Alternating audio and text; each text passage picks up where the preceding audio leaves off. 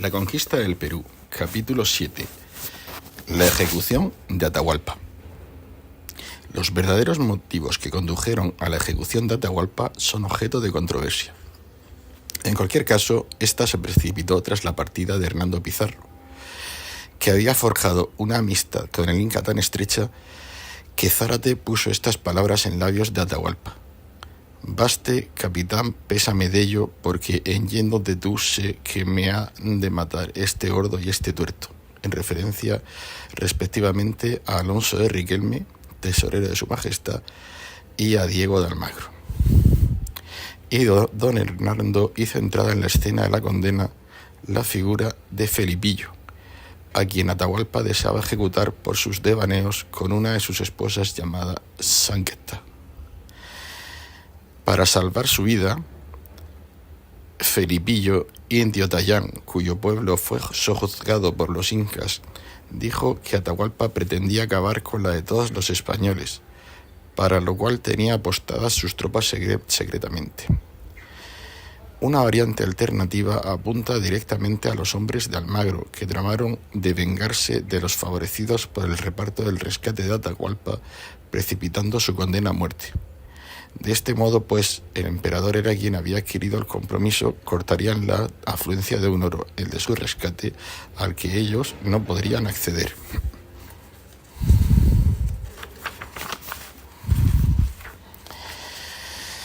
Más allá de los intereses estrictamente personales, la ejecución del emperador inca se produjo sobre un trasfondo amenazante. En Cajamarca se tuvo noticia de que Rumiñahui se acercaba al mando de un gran ejército compuesto, según Francisco de Jerez, por 200.000 guerreros procedentes de Quito y 30.000 caribes que comen carne humana.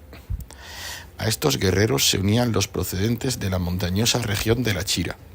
Según cuenta la crónica, tras escuchar al cacique que le informó, Pizarro pidió, en estricto cumplimiento de su responsabilidad, dejar por escritas aquellas nuevas. Después de cerciorarse de la veracidad de estas noticias, Pizarro pidió explicaciones a Atahualpa, que lo negó todo. Una vez escuchado el testimonio del Inca, el gobernador ordenó que se le echara una cadena al cuello y envió a 2 hombres a indagar acerca del ejército que se aproximaba a Cajamarca, que resultó hallarse a 7 leguas de distancia. A pesar de su estado, Atahualpa mandó a algunos de sus hombres a hacer saber que Pizarro le había matado.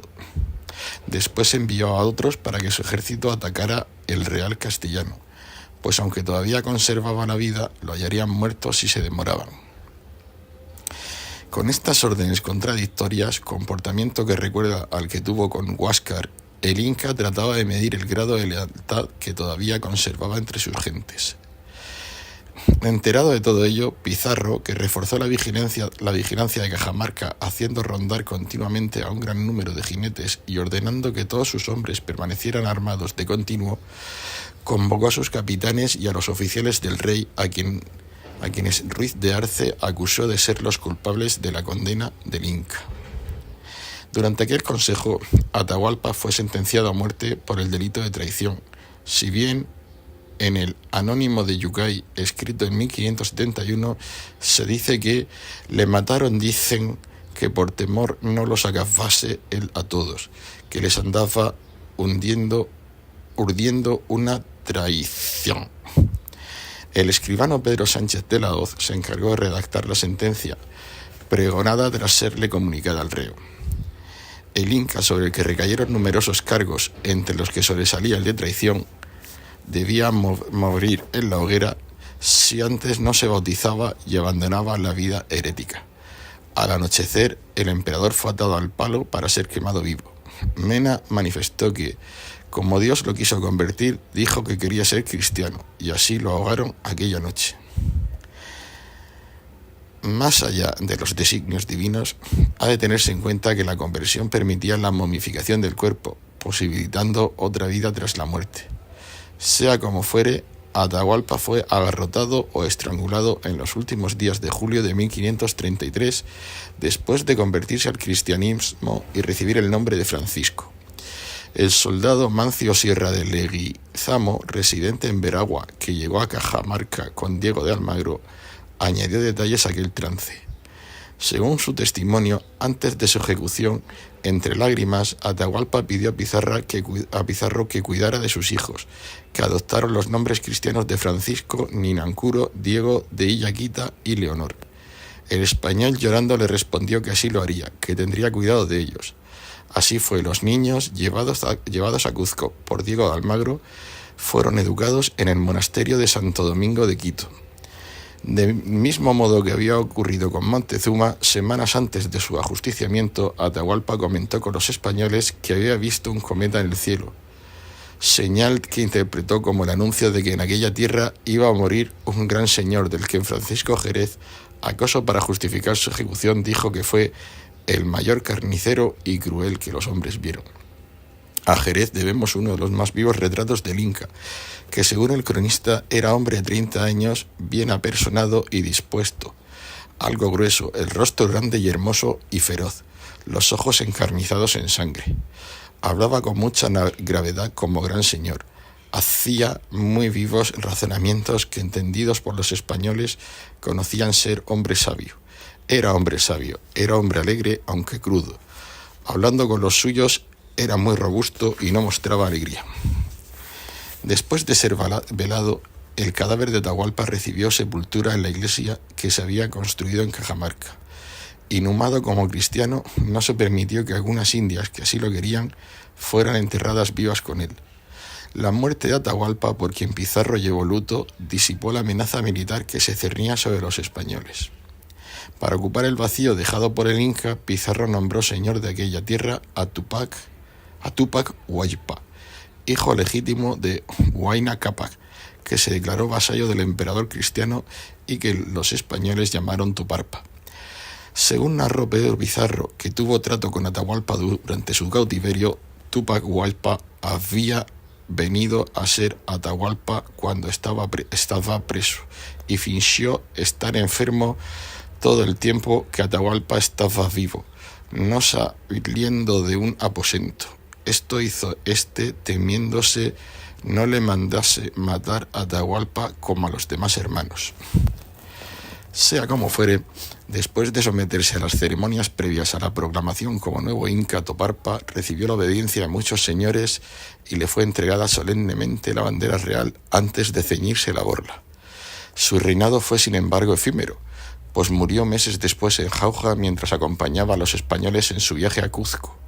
Según sostuvo el cronista, estando todavía en Cajamarca, Calcuchímac lo convidó a un vaso de chicha a que había echado ponzoña. El veneno, pues, estos indios conocían hierbas para matar con ellas a los meses o años que querían. Consumió su salud hasta llevarlo a la muerte. El 11 de agosto de 1533, la hueste hispana, aumentada por las tropas de Almagro, abandonó Cajamarca para dirigirse a Cuzco por el camino real, vigilado en todo momento por los espías del general Quizquiz. 2 meses después de su partida, la comitiva, encabezada por Hernando de Soto, que capitaneaba un escuadrón de 60 soldados escogidos, llegó a Tarma, lugar que, aunque se halló arrasado, sirvió para descansar antes de entrar en combate y vencer a las tropas de Iwa-Paru y Yurac Huaypa. Después de su ida de Cajamarca, mientras la columna hispana se dirigía a Cuzco, Rumiñahui permanecía en Quito, acompañado por Zocozopagua, gobernador inca de la ciudad. Allí trató de recomponer el ejército, acaso con el propósito de suceder a Atahualpa en el trono inca para gobernar el norte de Tahuantinsuyo. De hecho, consolidado en el poder quiteño, adoptó el nombre de Ati II Pillaguasu y mandó asesinar a Quilliscacha, regente y tutor de los hijos de Atahualpa, que no obstante fueron respetados y conducidos a la región montañosa de los Yumbos. El crimen de Quilliscacha no fue el único. Durante el banquete con el que se cerraron las exequias de Atahualpa en Quito, Rumiñahui, aprovechando la embriaguez de muchos de los capitanes que había traído aquel cuerpo desde Cajamarca, los mandó asesinar bajo la acusación de haber desamparado a su rey. Entre ellos estaba Illescas, con cuya piel se construyó un tambor del que colgaba su cabeza. En su Quito natal, la momia de Atahualpa quedó acompañada por un ídolo o huanqui al que se le añadieron las uñas y los cabellos del difunto. Durante la marcha a Cuzco, Hernando de Soto, al mando de 60 jinetes, se mantuvo siempre a la vanguardia, acaso con la intención de ser el primero en entrar en la ciudad. El 27 de octubre de 1533, Soto trabó combate con las tropas quiteñas, comandadas por Apo Maila, en las inmediaciones de la fortaleza de Vilcashuarmán. Su posición adelantada facilitó un nuevo ataque de las tropas de Quizquiz, que después de sembrar de estacas el camino, lanzó a sus guerreros sobre los españoles, en la cuesta de Vilcaconga. Allí los incas, capitaneados por Yugra Huaypa, acabaron con la vida de 6 españoles e hirieron a otros 10. El combate con las huestes de Quizquiz duró toda la jornada. Viéndose cercado, Soto ordenó retroceder al soldado Mancio Sierra para pedir socorro a Diego Almagro, que llegó con 60 de a caballo e hizo huir a los naturales. En aquel paraje quedaron enterrados los españoles y los equinos abatidos por los indios. El 12 de noviembre las tropas se reagruparon definitivamente en Jaquijahuana. Un día después, acusado de haber envenenado a Túpac Huaypa y de mantener comunicación con Quizquiz, Calcuchímac fue cremado vivo. La lucha por la hegemonía en el Tahuantinsuyo no solo se libraba en el plano bélico. La desaparición de Atahualpa propició que el joven Manco Cápac, hijo de Huayna Cápac y hermano de Túpac Huaypa, que reclamaba para sí el trono cuzqueño, se presentara ante los cristianos en Jaquijahuana. Muerto Túpac Huaypa, Manco Cápac, Manco Inca Yupanqui, en las crónicas, recibió la borla y el reconocimiento que deseaba. Un reconocimiento que era positivo para ambas partes. Mientras los españoles podían contar con una autoridad local que aquietara la tierra, el nuevo Inca quedaba protegido del belicoso Quizquiz. Por otro lado, el vínculo de Manco Cápac con la nobleza cuzqueña reforzaba la línea legitimista truncada con el asesinato de Huáscar ordenado por Atahualpa. Media legua fuera de la ciudad imperial en Anta, Quizquiz formó a sus hombres en escuadrones y combatió a los españoles que, una vez más, lograron la victoria. Mientras el general huía a la región de Condesuyo el 15 de noviembre de 1533, sin hallar resistencia, pues en la ciudad no quedaban hombres, Pizarro, en compañía de Soto, al que a pesar de los recelos siguió confiando las expediciones de castigo, entró en un Cuzco prácticamente deshabitado. Pese a la aparente calma, el gobernador, consciente del peligro que seguía suponiendo el ejército de Quizquiz, puso velas y ordenó mantener ensillados a los caballos durante la noche. Aposentados en los palacios de los antiguos soberanos, los barbudos se dieron al saqueo y tras apartar el quinto real, se repartieron gran cantidad de oro, pero sobre todo de plata. A diferencia de lo ocurrido en Cajamarca, todos los españoles, incluidos los que se quedaron en Jauja, recibieron su parte de los tesoros obtenidos en Cuzco, que fueron fundidos en varias tandas bajo la mirada del escribano Pedro Sancho de la Hoz y del veedor Jerónimo de Aliaga. A pesar de que Cuzco había caído en manos españolas, las huestes de Quizquiz todavía se hallaban cerca. Por ello, Pizarro envió a Soto con Manco Inca y un gran número de aliados para atacar a Quizquiz. En el primer combate, aunque los quiteños causaron un gran daño a los guerreros de Manco Inca y mataron a un español, fueron derrotados. Mientras Soto regresaba a Quito, Quizquiz volvió sobre sus pasos y derrotó al nuevo Inca. En febrero, Soto y Manco Inca, con medio centenar de jinetes y miles de guerreros incas, se adentraron en el valle de Vilcaconga en persecución de Quizquiz, que fue destruyendo puentes a su paso. Durante su ida en Jauja, el general inca atacó a la escasa guarnición hispana que allí permanecía bajo el mando del tesorero Alonso de Riquelme, en la ribera del río Yacus. Precedida por las tropas auxiliares de los indios huancas, la pequeña caballería española dirigida por el veterano Gabriel de Rojas fue decisiva para obtener la victoria. Con el objeto de controlar el territorio del norte de Cuzco y expulsar definitivamente a las tropas de Quizquiz, Francisco Pizarro, que había permanecido en la ciudad repartiendo el botín y dando solares e indios en depósito, Pedro Pizarro puntualiza que esta decisión la tomó Francisco Pizarro para poder quitar lo que después le pareciese. El repartimiento general correspondía al obispo de Cuzco, Fray Vicente de Valverde. Por ello, estos depósitos eran puramente provisionales. A quien quisiera asentarse en ella. Salió de Cuzco junto a Manco Inca Yupanqui y un gran número de aliados. Los guerreros de Quizquiz, que causaron un gran daño a los indios aliados de los cristianos, apenas pudieron matar a un español y herir a otro. Derrotado, Quizquiz se dirigió a Quito. El encargado de atacar la ciudad fue Sebastián de Benalcázar, que se hallaba en San Miguel, a cuyo puerto habían venido españoles desde Nicaragua y Panamá. Acompañado por 200 peones, 80 jinetes e indios de servicio y carga, Benalcázar se dirigió hacia una ciudad que creía rica en oro.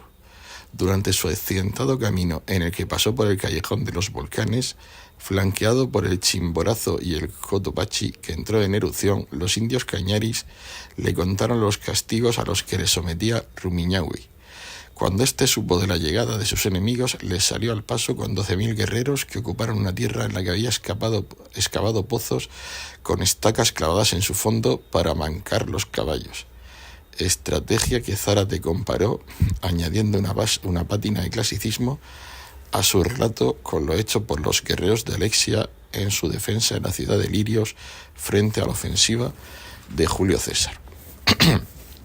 A pesar de que algunos hombres, al igual que varios caballos cuyas cabezas se exhibieron como trofeos, perdieron la vida, la victoria cayó del lado hispano. Viéndose cercado, Rumiñahui dijo a sus mujeres: «Ahora habréis placer, que vienen los cristianos con quien os podréis holgar». Al ver que éstas se reían de sus palabras, las mandó degollar antes de abandonar la ciudad con los hijos de Atahualpa en su poder. Benalcázar entró en la devastada Quito el 24 de mayo de 1534, fecha en la cual Carlos V, en una carta dirigida a Pizarro, mostró su descontento por el ajusticiamiento del Inca. Sin tesoros que saquear, don Sebastián, que cometió una cruel matanza en el pueblo de Quioche, envió a sus capitanes Pacheco y Díaz en busca del general Inca. Capturado por los españoles, Rumiñahui fue ejecutado en junio de 1535. Apresado por el capitán Juan de Ampudia, Zocozopagua fue conducido a Quito, donde murió quemado. Mientras se producían todos estos movimientos, Pedro de Alvarado entró en escena, apodado Tonatiuh, el Sol, por los mexicas, debido al color rubio de sus cabellos. Alvarado, responsable de la matanza del Templo Mayor, en ausencia de Hernán Cortés, se había apoderado de Guatemala, de la que fue nombrado gobernador. Conocedor de las nuevas que llegaban del Perú, Alvarado, que al igual que Pizarro formaba parte de un extenso clan familiar, atesoraba desde 1532 una capitulación dada por el emperador que le permitía la conquista de las islas y tierras no descubiertas en el Mar del Sur. Respaldado por esa seguridad jurídica, envió al caballero cacereño García Holguín al mando de 2 navíos que debían recorrer la costa peruana, en la que el captor de Cuauhtémoc en el lago Texcoco halló oro. Atraído por estas riquezas, el 23 de enero de 1534 se hizo a la mar con más de 500 españoles.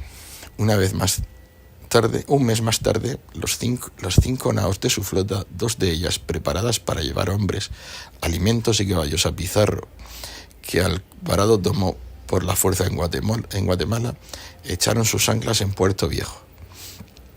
Ya en tierra, la hueste acometió la ascensión a los Andes rumbo a Quito. El frío y el hambre, a la que se hizo frente con la carne de los caballos, diezmó la expedición. Durante el camino en el que se hallaron esmeraldas,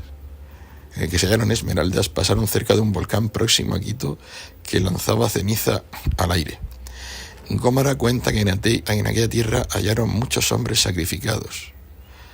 Son los allí muy crueles, idólatras, viven como sodomitas, hablan como moros y parecen judíos.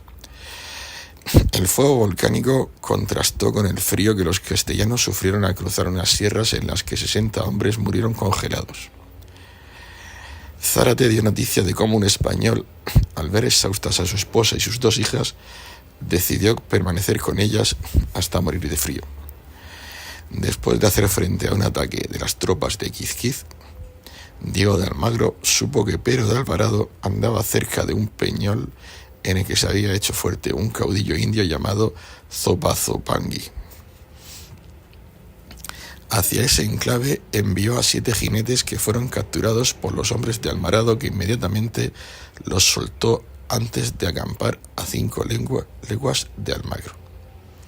Consciente de su debilidad, don Diego se replegó hacia Cuzco acompañado de 25 caballeros, dejando al resto de su tropa como refuerzo de Benalcázar. Antes de su partida, Almagro perdió al tornadizo Felipillo, que se pasó al Real de Alvarado acompañado por un curaca. La crónica de Zárate relata cómo Felipillo pretendía que otros señores indios que acompañaban a Almagro, invisibles en el relato, también se unieran a Alvarado para debilitar al manchego. Una vez en el campamento de Alvarado, Felipillo, que acabaría sus días descuartizado por orden de Almagro por participar en esta conjura, le animó a prender al toledano, que contaba con 250 peones y 90 jinetes. Así fue. Alvarado se acercó hasta Leribamba, donde se hallaba Almagro con las banderas tendidas. Allí el de Malagón, ayudado por Benalcázar, se preparó para la defensa, dividiendo a sus hombres en 2 capitanías. Con los 2 bandos enfrentados, hombres de ambos lados comenzaron a gritar «¡Paz, paz!». La mediación del licenciado Caldera sirvió para concretar una tregua que dio paso a un acuerdo según el cual Almagro pagaría a Alvarado 100.000 pesos de oro a cambio de sus navíos y caballos. Alvarado, por su parte, debía apartarse de la conquista y no volver por tierra mientras ellos vivieran. El pago se haría en presencia de Pizarro. El pacto se selló en secreto para evitar la rebelión de los hombres que habían venido con Alvarados, ajenos al reparto del oro concertado. El acuerdo, tras el que el cacique que se había pasado a Alvarado fue quemado vivo por su traición, permitió que quien quisiera que pudiese permanecer en Quito. El resto de españoles, a las órdenes de Alvarado y Almagro, se dirigieron hacia Pachacamac, donde un cacique cañarí que ofreció a sus guerreros para combatir al general inca los informó de que Quizquiz iba huyendo con miles de indios de guerra y muchas provisiones. Sin abordar a la ñuda cañarí, la hueste hispana venció a la vanguardia de Quizquiz, capitaneada por Zotoarco. Antes de que Quizquiz pudiera saber que Sotaurco en las crónicas de Gómara y Zárate había sido capturado, los jinetes aguijaron a los caballos hasta hacerle perder sus herraduras en el pedregoso camino por el que transitaron. Herrados con lumbre esa misma noche, los caballeros se acercaron al Real de Quizquiz. Cuando el general inca los avistó, partió con el oro quiteño y las mujeres y envió por otro camino a los guerreros con Huaypaica,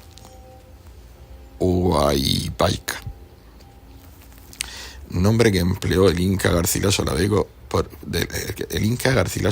por ser del lenguaje de Quito, para referirse a quien los españoles llamaban Guaybalcón. Hermano Atahualpa, al mando, para ganar un tiempo que permitiera alejarse a Quizquiz. Huaypaica se hizo fuerte en un peñol desde el que tiró galgas grandes piedras rodantes a los españoles. Aprovechando la oscuridad de la noche, Huaypaica se reunió con Quizquiz. Ambos marcharon hacia Quito, creyendo que allí ya no habría cristianos, pero al llegar toparon con Benalcázar. Ante la presencia de aquellos hombres que parecían invencibles, algunos rogaron a Quizquiz que pidiera las paces, a lo que el general se negó. En medio de esta división, Huaypaica lo atacó con su lanza. Seguidamente, otros guerreros lo mataron golpeándolo con hachas y porras. Muerto Quizquiz, su ejército fue nuevamente atacado por los españoles en la sierra en la que se refugió. Durante el combate, el burgalés Alonso de Alvarado recibió una herida en un muslo y Diego de Almagro corrió grave peligro. Derrotados, los quiteños dejaron 4.000 esclavos y 15.000 de las llamadas ovejas del sol, es decir, las llamas que formaban los rebaños propiedad de los templos. Con la región pacificada, Pedro de Alvarado envió a García de Holguín a Puerto Viejo para entregar su flota a Diego de Mora. Después, ambos, Almagro y Alvarado, fueron a Pachacámac para reunirse con Francisco Pizarro. Allí, el gobernador le entregó el oro acordado, haciendo oídos sordos a quienes le pedían el prendimiento a Alvarado por haber entrado con armas dentro de su jurisdicción, y a quienes le aconsejaban que le diera la mitad de la cantidad establecida, por entender que 2 de los navíos, como así era, pertenecían a propio Pizarro. Según consta en la carta rubricada por Alvarado en Lima el 1 de enero de 1535, Pizarro y Almagro le pagaron 100.000 pesos por la armada. Cerrado el trato, Diego de Almagro subió al galeón San Cristóbal y se paseó por él de proa a popa, poniendo sus manos en la jarcia y en los aparejos en presencia de varios testigos. Después nombró maestre del barco a Juan Fernández. Entregada su armada, Pedro de Alvarado regresó a Guatemala. Sometido a un juicio de residencia, partió a España. En septiembre de 1539, después de lograr la suspensión de juicio y contraer matrimonio con Beatriz de la Cueva, hermana de su fallecida esposa, regresó a Guatemala. Un año más tarde, el incansable Alvarado acudió en auxilio del gobernador de Nueva Galicia, Cristóbal de Oñate. La muerte la guardaba en el peñol de Nochistlán. Allí, el caballo de Baltasar de Montoya perdió las manos y aplastó a Alvarado. Malherido, falleció el 4 de julio de 1541 en Guadalajara a los 56 años. Después de su muerte, la gobernación de Guatemala recayó sobre su esposa, Beatriz de la Cueva, la sinventura, que perdió la vida el 11 de septiembre de ese año a causa de la inundación provocada por la erupción del volcán de agua que arrasó Santiago de los Caballeros de Guatemala. La salida de Pedro de Alvarado de tierras peruanas no fue la única. Ausente Hernando Pizarro, que había viajado a España con el quinto real del Tesoro de Cajamarca, la partida de Diego Almagro hacia Quito había dejado a Hernando de Soto en una situación privilegiada. De hecho, Pizarro lo nombró corregidor de Cuzco y teniente de gobernador de la ciudad en el verano de 1534. Sin embargo, cuando Soto supo que el rey Carlos había otorgado a Diego de Almagro una nueva gobernación al sur de la Nueva Castilla, se le ofreció como lugarteniente para la expedición hacia Chile. Almagro, sin embargo, dio ese cargo a Rodrigo Orgoños. Viéndose relegado, Hernando de Soto abandonó el Perú en noviembre de 1535 rumbo a España en la armada de Fray Tomás de Berlanga, obispo de Panamá, a quien se había encargado la delimitación de las nuevas gobernaciones. Una vez en España, Hernando de Soto, que ya había sido padre de doña Leonor Soto Chimbocoya, nieta del emperador Huayna Cápac, se casó con Isabel de Bobadilla, hija de Pedrarias Dávila, y logró una capitulación como adelantado de la Florida y gobernador de Cuba. En la documentación fechada en Valladolid a 20 de abril de 1537, don Hernando, que debía llevar 500 hombres y provisiones para 18 meses, era nombrado gobernador de 200 leguas de costa en las tierras dadas anteriormente a Pánfilo de Narváez y a Lucas Vázquez de Ayllón. El 18 de mayo de 1539, Soto salió de Cuba con una flota de 9 navíos y 620 hombres, siguiendo la ruta que ya había recorrido Pánfilo de Narváez, como antes lo había pretendido el piloto portugués Esteban Gómez y Lucas Vázquez de Ayllón. Soto creía poder encontrar un paso al Pacífico. Por otro lado, si en Perú el sueño de El Dorado imantaba a los hombres, en aquellos lares se perseguía la fabulosa ciudad de Chicora. Después de transitar por tierras cenagosas, comenzaron las exploraciones, que se vieron favorecidas por el encuentro con el sevillano Juan Ortiz, superviviente de la expedición de Narváez, que esclavizado aprendió la lengua de los naturales. Adentrándose en el continente, Soto llegó hasta los dominios de los cheroquis. El 8 de mayo de 1541, en su viaje hacia el oeste, avistó el río Mississippi. Terminado el invierno, a orillas del río Arkansas, mientras buscaba una salida al mar, la malaria abatió a Hernando de Soto el 21 de mayo de 1542. En mitad de la noche, Luis de Moscoso, que asumía el mando de lo que quedaba de la hueste, introdujo el cadáver de quien los indios consideraban inmortal en el tronco de una encina y la hundió en las aguas del Mississippi. Fin del capítulo 7.